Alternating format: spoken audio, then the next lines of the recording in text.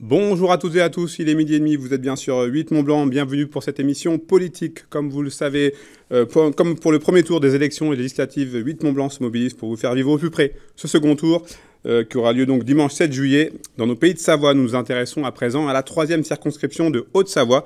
Sur ce plateau pour débattre, deux candidats, Antoine Valentin, bonjour. Bonjour. Pour le Rassemblement de la droite, et Christelle Pétex, députée sortante sans étiquette. Merci à vous, tous les deux déjà, d'être présents sur ce plateau.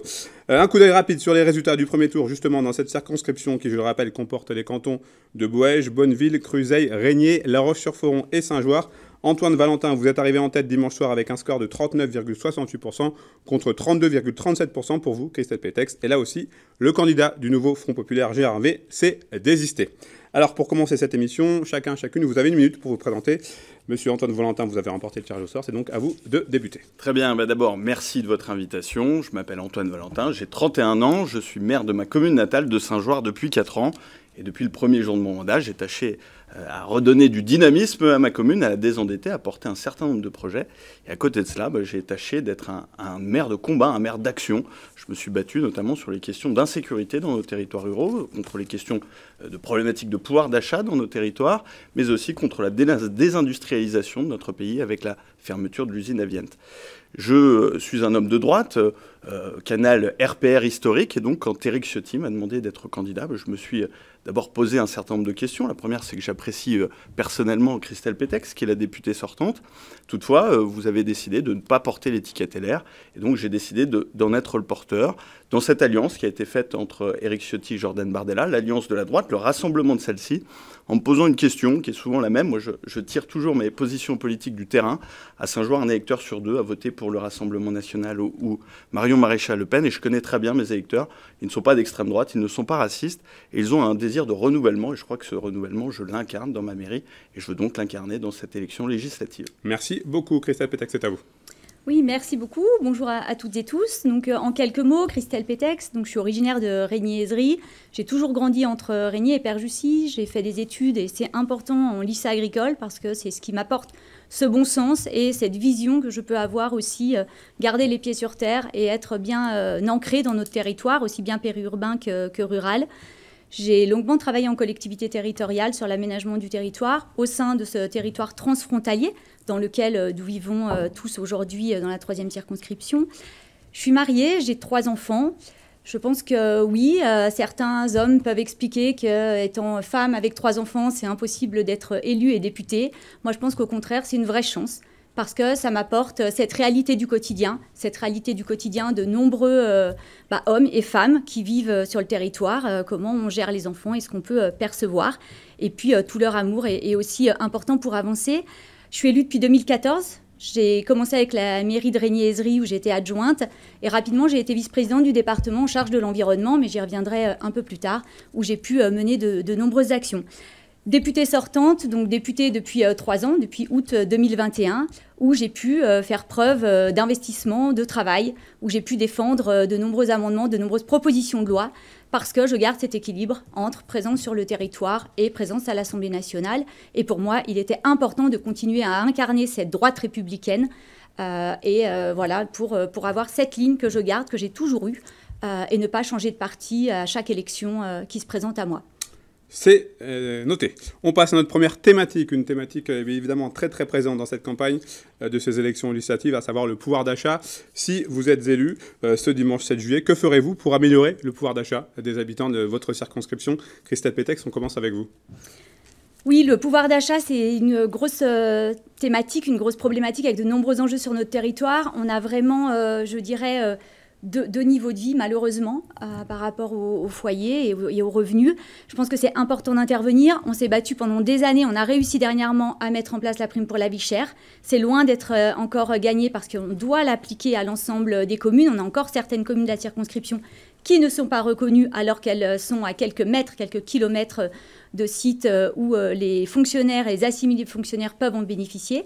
Et puis, une grosse thématique, c'est pour le privé, parce qu'on ne peut pas parler vie chère pour le public et ne pas aborder cette question et ne pas donner d'aide pour le privé. Donc, un gros travail que j'ai mené avec les entreprises, que ce soit des industriels ou des petits commerces de cette circonscription.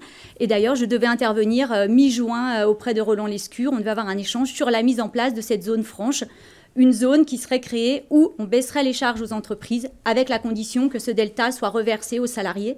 Les entreprises sont demandeurs, elles sont prêtes à le mettre en place et ça serait un vrai levier pour le pouvoir d'achat de l'ensemble des habitants de la circonscription.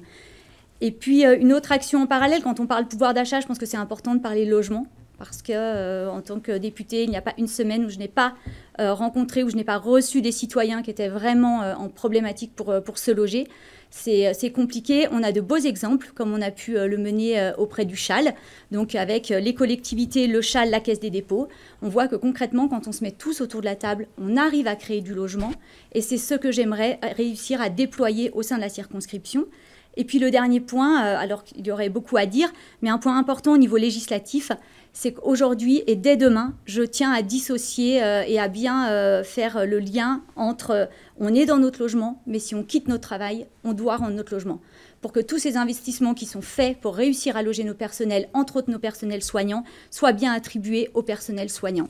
Voilà quelques idées d'action que je mènerai pour le pouvoir d'achat. Merci beaucoup, Christelle Pétex. Antoine Valentin, vos mesures pour améliorer le pouvoir d'achat? Alors écoutez, je constate déjà que lors du dernier débat de 2022, c'était d'abord la première question de ce débat.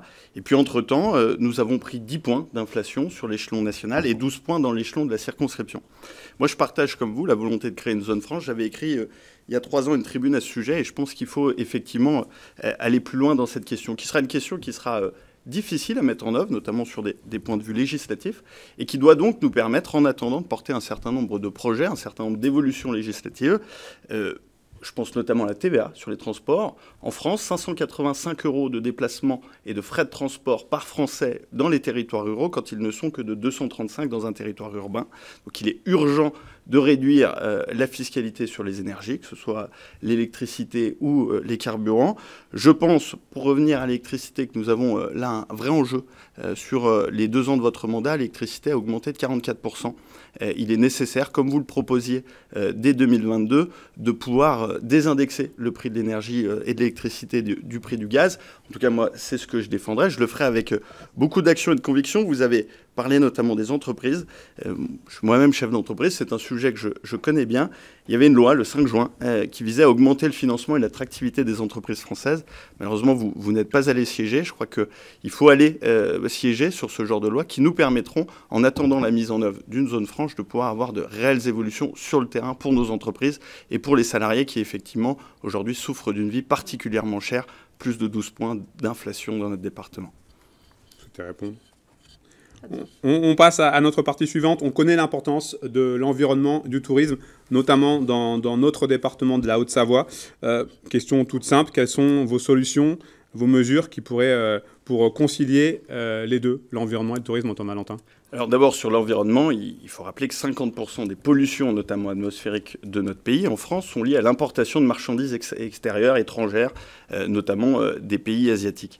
Donc la première des mesures pour défendre notre environnement et le protéger, ainsi que la qualité de l'air, c'est évidemment de mettre en place un certain nombre de dispositifs pour éviter l'importation de productions étrangères qui sont évidemment produits dans des normes qui ne sont pas les nôtres.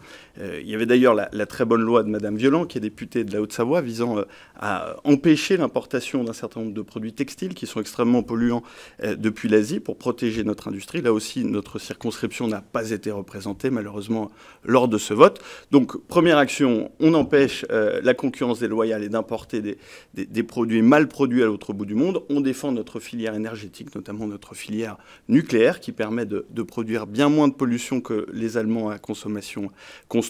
Et puis on travaille sur le local, on développe le fonds Airbois qui doit être déployé et soutenu sur l'intégralité de la circonscription. On maintient les crédits à la rénovation, aux agences de l'eau pour travailler sur les bassins versants, sur l'eau potable. Et sur le tourisme, eh bien, on continue de faire ce que l'on fait, notamment avec des choses que vous avez mises en place et qu'il faut mettre à votre crédit. Je pense notamment aux ENS, aux espaces naturels sensibles, qui sont des lieux dans lesquels on arrive à densifier l'investissement public pour protéger des territoires naturels qui sont aussi des zones d'attrait touristique. Donc moi, je vous reconnais ça et je continuerai de le défendre si je suis élu parlementaire. Et puis sur le tourisme, on pourra faire une réunion dédiée. Je suis moi-même président de la station de ski des Bras. Je connais la difficulté et notamment la nécessité de pouvoir atterrir sur un tourisme 4 saisons qu'il faudra financer et protéger. Christelle Pétex.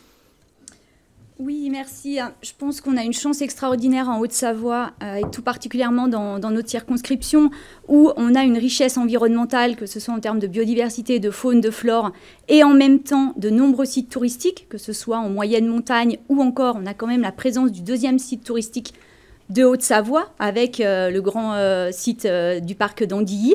Donc une belle affluence, mais surtout un beau rayonnement. Et c'est important, cette conciliation entre les deux. Je pense qu'il est inenvisageable et il faut arrêter de parler environnement d'un côté et de parler tourisme de l'autre. Les deux doivent être traités en même temps et surtout les deux peuvent se concilier. Il y a plusieurs actions à mener. Je pense qu'on a encore peur aujourd'hui de cibler des plateaux, de cibler des zones qu'il est urgent de protéger totalement, sans aménagement. Ça n'empêche pas qu'on puisse aller s'y promener ou vraiment profiter de cette nature, découvrir cette richesse. Mais je pense qu'en 2024, c'est important d'avoir des zones en Haute-Savoie qui sont protégées. Comme j'ai pu me battre sur le plateau des Bornes alors qu'il y avait un projet de porcherie, alors qu'on sait que c'est vraiment la ressource en eau, tout vient du plateau des Bornes pour une bonne partie de notre circonscription. Je continuerai à préserver ces espaces. Ça a été dit par M. Valentin. Les ENS ont été développés fortement depuis 2015. Donc c'est vraiment une richesse. Et grâce au service, grâce à l'implication que j'ai pu avoir en tant que vice-présidente, ça a été de les déployer sur tout le département pour faire en sorte de préserver cet environnement, mais surtout pour faire en sorte de sensibiliser les touristes 4 saisons. Parce que développer le tourisme 4 saisons, c'est bien, mais on voit bien aussi que l'utilisation de nos massifs est de plus en plus compliqué. Donc, et pour terminer, je pense qu'il y a un point qui est important. Il s'agit des stations touristiques de sport d'hiver où nous devons vraiment prendre en compte l'évolution climatique et certaines stations, malheureusement, devront fermer pour le ski pour se réorienter sur d'autres activités, bien entendu, tout aussi attractives. Peut-être dernier point et dernier petit zoom qui est important pour vous montrer l'importance de parler de l'environnement, mais en même temps de bien parler du tourisme. Ça a été ce vote contre les éoliennes dans les parcs naturels régionaux et dans les parcs nationaux, parce que j'estime que oui, il faut faire de l'environnement, oui, il faut de l'énergie renouvelable, mais pas à n'importe quel prix. Et c'est aussi important de concilier environnement et tourisme. Je vous remercie. Je crois que oui, je partage une partie des propositions de Mme Petex. On est issus du même parti, les LR, donc il y a effectivement un certain nombre de concordances. J'ajoute la nécessité de recréer une filière industrielle dans notre pays de production, notamment de panneaux solaires, qui a disparu depuis 2 ans. La souveraineté industrielle de la France, c'est notre meilleur argument et notre meilleur moyen de protéger notre environnement. On parle souvent de plein emploi en Haute-Savoie et pourtant il y a encore des choses à faire, notamment comment est-ce que vous ferez pour aider économiquement les entreprises qui sont implantées ici, Mme Petex? Comme je l'ai toujours fait, j'ai travaillé longtemps pour développer le commerce de proximité et pour le faire rayonner. C'était dans mes premiers travaux. Ensuite, depuis que je suis députée, je suis en lien direct avec l'ensemble des entreprises, que ce soit petites ou grandes, pour réussir à bien comprendre. Parce que déposer des lois, c'est bien, mais il faut percevoir. On a parlé tout à l'heure coût de l'énergie, bien sûr, c'est l'un des points. Travailler sur ce coût de l'énergie, désindexer le prix du gaz, du coût de l'électricité. Ça fait des années qu'on en parle et je pense que ça fait l'unanimité ici en Haute-Savoie, quels que soient les partis politiques ou les candidats. Un point important qui est très attendu aussi chez nous, c'est de permettre aux industriels de poser des panneaux photovoltaïques parce qu'à ce jour, ils n'ont pas le droit. Avec les assurances, c'est impossible alors que ça serait un vrai gain pour eux de coût de l'énergie. Donc, c'est un des travaux. Et puis, je pense qu'il y a un point qui est important par rapport à l'aide économique. C'est aussi arrêter de dérouler le tapis rouge aux industries internationales, mais favoriser notre entreprise et nos entreprises françaises. Par exemple, aujourd'hui, il y a la mise en place du ZAN, donc du zéro artificialisation net, et ça permet clairement pas à nos entreprises de se développer et d'exister. Aujourd'hui, elles peuvent avoir de l'activité, elles peuvent du coup avoir un meilleur gain, et moins de pertes économiques. Et pour autant, il y a cet outil qui les bloque et il est urgent de le faire évoluer sur le point. On a eu beaucoup de débats pendant la discussion sur l'industrie verte dans l'hémicycle l'été dernier. Il faut continuer à travailler. Et puis je pense que le dernier point sur l'aide économique, c'est aussi la zone franche pour les industriels. C'est ce que je vous disais tout à l'heure, pour réussir à mieux payer les salariés et en baissant les charges des entreprises sur lesquelles ils sont prêts à s'investir. Sans oublier le petit commerce qui est quand même la vie de nos centres-bourgs et de nos centres-villes qu'il faut accompagner. J'ai d'ailleurs déposé une proposition de loi pour leur permettre d'embaucher des extras, parce que les commerces, on le sait, ils n'ont pas la possibilité d'embaucher, ça coûte beaucoup trop cher. Donc, pour les aider économiquement, c'est leur permettre cette embauche d'extra en période plus forte. Et ils sont vraiment en attente de ça et sont contents de cette future évolution qui est en cours d'exercice.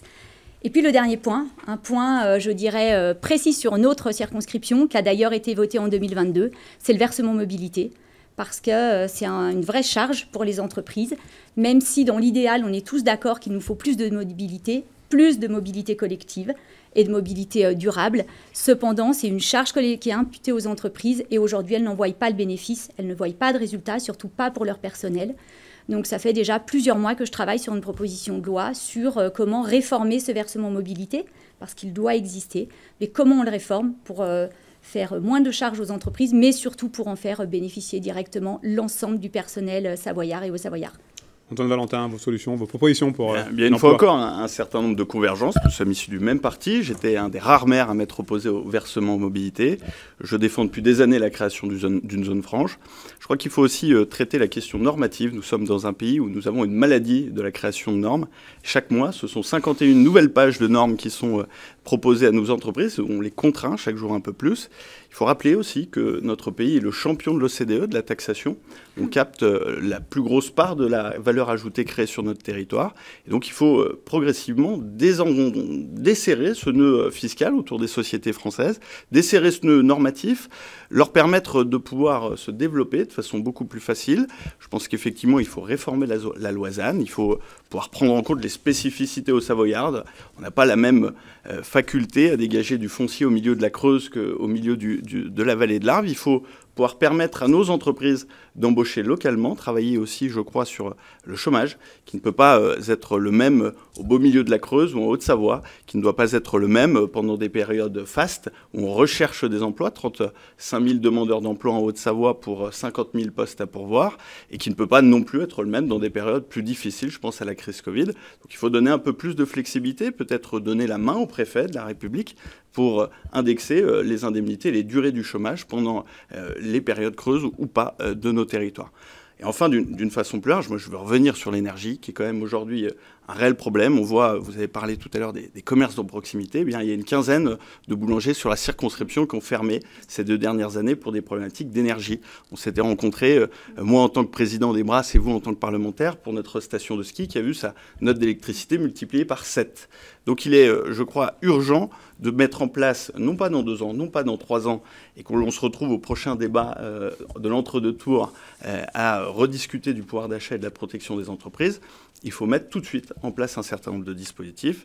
Et pour ce faire, moi, ma candidature, c'est celle d'une majorité. Une majorité de droite, du rassemblement de la droite, qui sera en mesure de porter de façon concrète des lois. Et je me permets de vous poser la question, vous êtes candidate sans étiquette, dans quelle majorité ou pas siégerez-vous demain à l'Assemblée nationale ? Aucun problème. Je suis candidate sans étiquette, mais je suis membre des LR. Je suis toujours dans le parti des LR, contrairement à ce qui se raconte ces derniers jours, et je pense que c'est important de le rappeler. Je suis la candidate de la droite républicaine, face à vous, Monsieur Valentin, candidat de l'extrême droite. Donc voilà, on se rappelle en 2022 votre soutien à Éric Zemmour, et puis depuis plusieurs années, cette activité, cette implication que vous avez pour la sécurité, et donc toutes ces problématiques d'extrême droite pour vous, la sécurité ? Non, mais je pense qu'il ne faut pas dévier le sujet. Je pense qu'il faut juste assumer ses convictions. Je suis quelqu'un qui a une ligne directrice. Je suis chez les Républicains, j'en suis fière. La seule chose, c'est que je ne cautionne pas les propos d'Éric Ciotti sur le ralliement au Rassemblement national. Je pense que la droite a toute sa place en France. Et nous pouvons être de droite, parler de sécurité, agir sur l'économie, agir sur les différentes thématiques, même l'environnement, quel que soit le parti. Et c'est ça que je porte aujourd'hui, et c'est important. Donc demain, dans l'hémicycle, et je l'ai dit à plusieurs reprises depuis ce début de campagne, à ce jour, je ne sais pas quels députés, à part dans des partis d'extrême, peuvent indiquer dans quel parti ils seront, parce qu'on ne sait pas les députés qui vont gagner dimanche soir, et quels seront les partis qui existeront à l'Assemblée nationale. Je pense que c'est ce qui est important. Et puis l'autre point important aussi, c'est la déclaration en préfecture.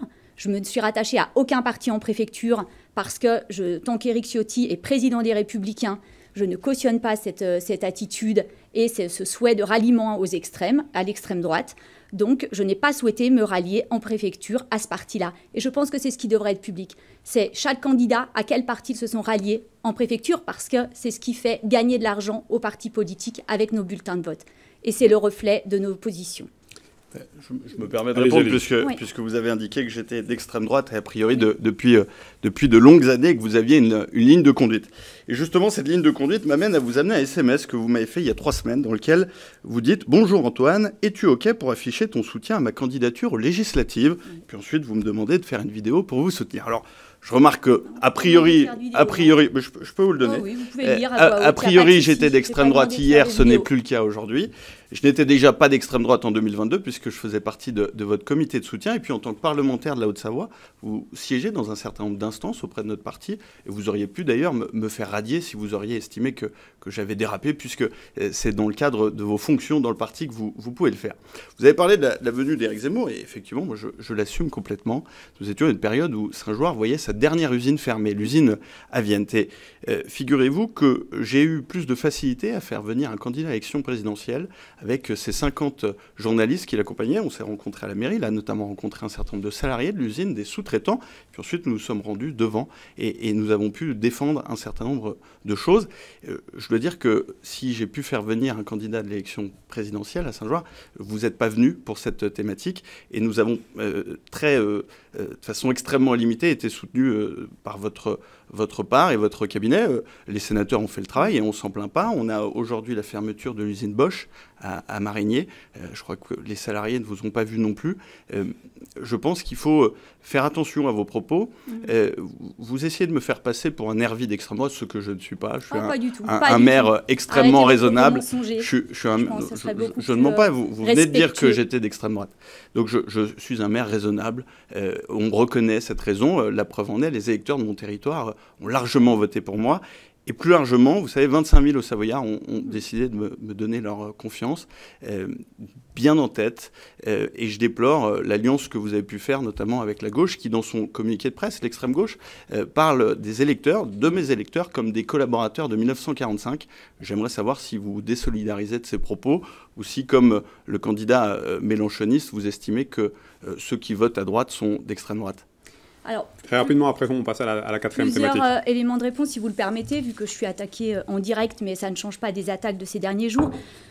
Voilà, je ne suis pas là pour démolir. Les gens me connaissent. Je n'ai jamais critiqué mes adversaires pour avancer. Je pense qu'on peut avancer en exprimant nos propos, nos convictions, sans pour autant tenir des propos mensongers, voire des campagnes irrespectueuses.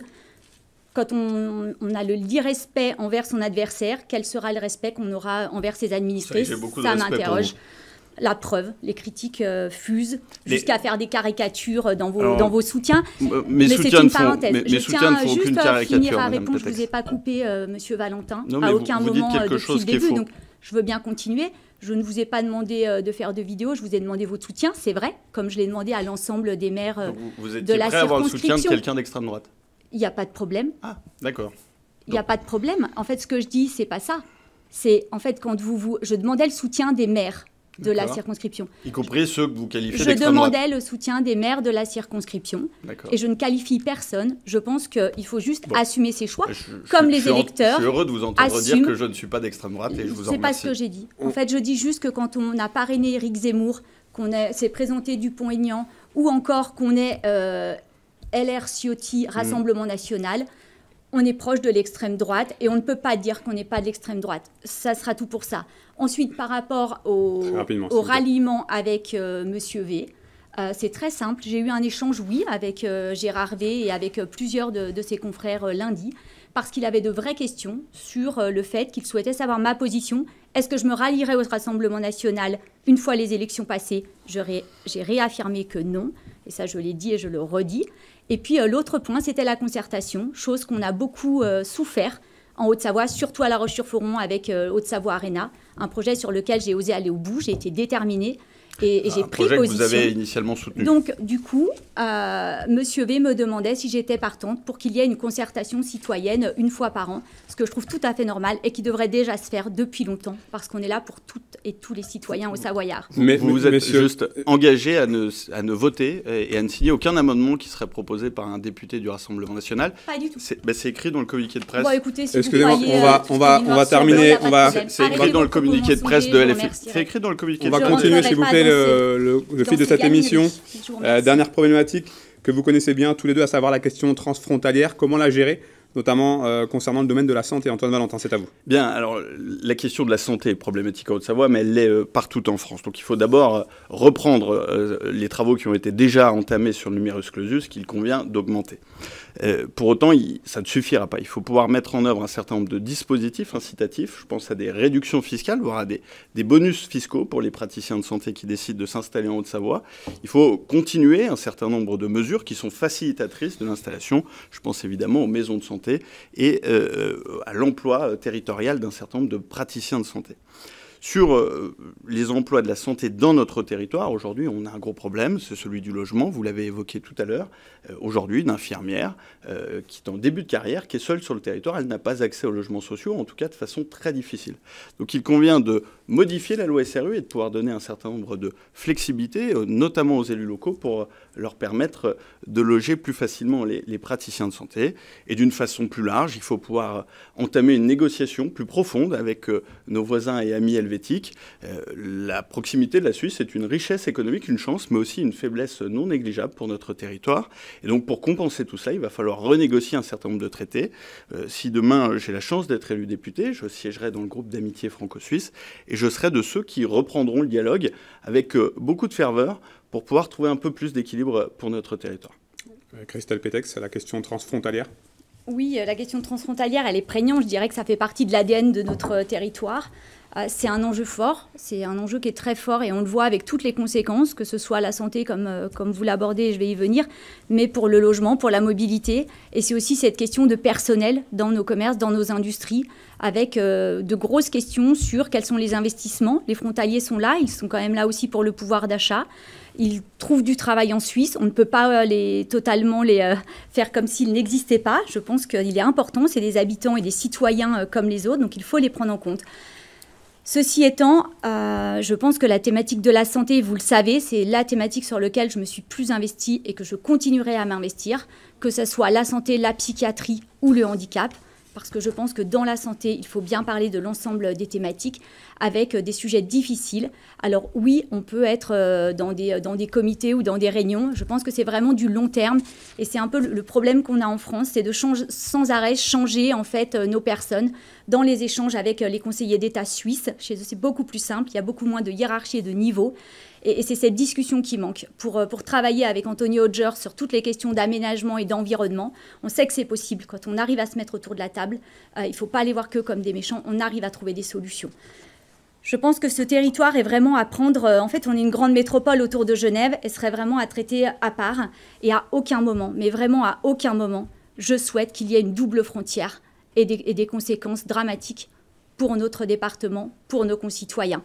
De même, je ne souhaite pas qu'on montre du doigt les binationaux. On est nombreux, il y a nombreux binationaux sur notre territoire. Je ne souhaite pas qu'ils soient montrés du doigt et qu'ils ne puissent plus travailler dans certaines collectivités en Haute-Savoie. Alors ça tombe bien, je vais répondre puisque c'est une attaque qui m'est faite. La question de l'emploi des binationaux... Elle ne vous est pas faite, elle est faite au Rassemblement National. Vous venez de dire que vous n'étiez pas Rassemblement National. Tout à fait. Ne vous sentez pas visé. Je vous en remercie, mais je vais quand même vous répondre. Rapidement. Avec beaucoup de rapidité. Ça concerne environ 200 emplois en France, qui sont des emplois hautement stratégiques. Et vous veniez de parler de la Suisse. Eh bien, c'est une loi qui existe en Suisse depuis 40 ans. Donc la Suisse n'est pas un pays fasciste. Vous venez de le prendre pour exemple. Donc ça ne posera aucun problème dans notre pays et personne stigmatise qui que ce soit d'ailleurs. Si vous le dites et que vous parlez au nom du Rassemblement National, il n'y a aucun problème. Je parle au nom de ma candidature. Si. Bah, non, vous venez de répondre à une attaque que je faisais au Rassemblement National. Il n'y a pas de problème. D'accord, très bien. Merci. On arrive à la fin de ce rendez-vous. Madame Pétex, vous avez la parole très rapidement parce que vous avez beaucoup d'avance pour conclure. Oui. Très rapidement, c'est simple, je tiens à remercier les citoyens qui ont voté pour moi, les citoyens qui se retrouvent derrière une élue, derrière une députée qui s'investit, qui travaille et qui est bien là pour mener des combats pour les citoyens au Savoyard. Je pense que j'ai cette liberté de vote et je tiens vraiment à insister là-dessus. On m'a posé la question tout à l'heure de savoir dans quel groupe je serais. Moi, je pense que le plus important, c'est de garder cette liberté de vote. Et c'est loin d'être le cas dans tous les groupes dans l'hémicycle, à l'Assemblée nationale. Je pense que c'est le point important, c'est ma liberté de vote. C'est le fait que je suis sans étiquette aujourd'hui parce que je ne cautionne pas le rattachement d'Éric Ciotti et d'une partie des LR au Rassemblement national. Et puis, je suis quelqu'un d'humaine, je suis quelqu'un de loyal et surtout, je suis là pour l'intérêt l'intérêt de toutes et tous les citoyens au Savoyard. Je vous remercie. Merci beaucoup, Christelle Pétex, Antoine Valentin. Écoutez, moi je suis le candidat du Rassemblement de la droite, je l'assume, le candidat d'un certain nombre de thématiques qui sont chères à nos administrés. Je pense aux questions de sécurité, de pouvoir d'achat, aussi des gens du voyage et d'un certain nombre de projets extrêmement locaux. Je serai un député qui, s'il est élu, siégera dans une majorité d'action, là une majorité de droite. Je n'ai jamais pactisé avec l'extrême gauche, ce qui a été fait par ma collègue Christelle Pétex il y a peu, qui n'aura pas de liberté de vote puisqu'elle s'est engagée auprès du Front populaire à ne voter aucune loi du Rassemblement national. C'est écrit ici, je vous l'ai amené, c'est le communiqué de presse de vos collègues. Je ne termine pas par une attaque, je termine en disant que je serai le député du territoire et non pas le député des accords partisans de second tour qui n'ont qu'un seul but, malheureusement, c'est de sauver votre poste. Pas du tout. Alors vous me connaissez très mal et vous ne m'appréciez pas. Ah, je vous apprécie beaucoup. On n'attaque pas quand on apprécie quelqu'un. Vous savez, je vous remercie. Constatez de façon très simple que des journalistes indépendants vous classent 15e parlementaire la plus absente. Constatez que... Vous êtes très intelligent, vous connaissez nosdéputés.fr. Oui, tout à fait. Et c'est très simple. Tout à fait. Vous voyez que je suis dans le vert, surtout. La présence est à 15. C'est facile d'être présent à l'Assemblée. Alors, on peut parler de vos amendements, si vous voulez. Excusez-moi. 300 amendements, dont un tiers a été juré irrecevable, Madame Pétex. Les citoyens entendront bien la vérité. Oui, il n'y a pas de souci. Je pense, et ils iront eux-mêmes voir quelles sont la nature de vos votes. Oui, ils sont bien plus intelligents que vous le pensez. On donne rendez-vous justement aux électeurs ce dimanche 7 juillet pour ce deuxième tour des élections législatives. Antoine Valentin, Christelle Pétex, merci à vous pour votre présence sur ce plateau. Merci à Damien Rémy, Hugo Goncalves, Kezia Poudou et Emmanuel Jaude pour l'édition et la technique. Merci à vous pour votre fidélité à nos programmes. On se retrouve à 15h30 pour une émission consacrée à la 4e circonscription de Savoie. À tout à l'heure.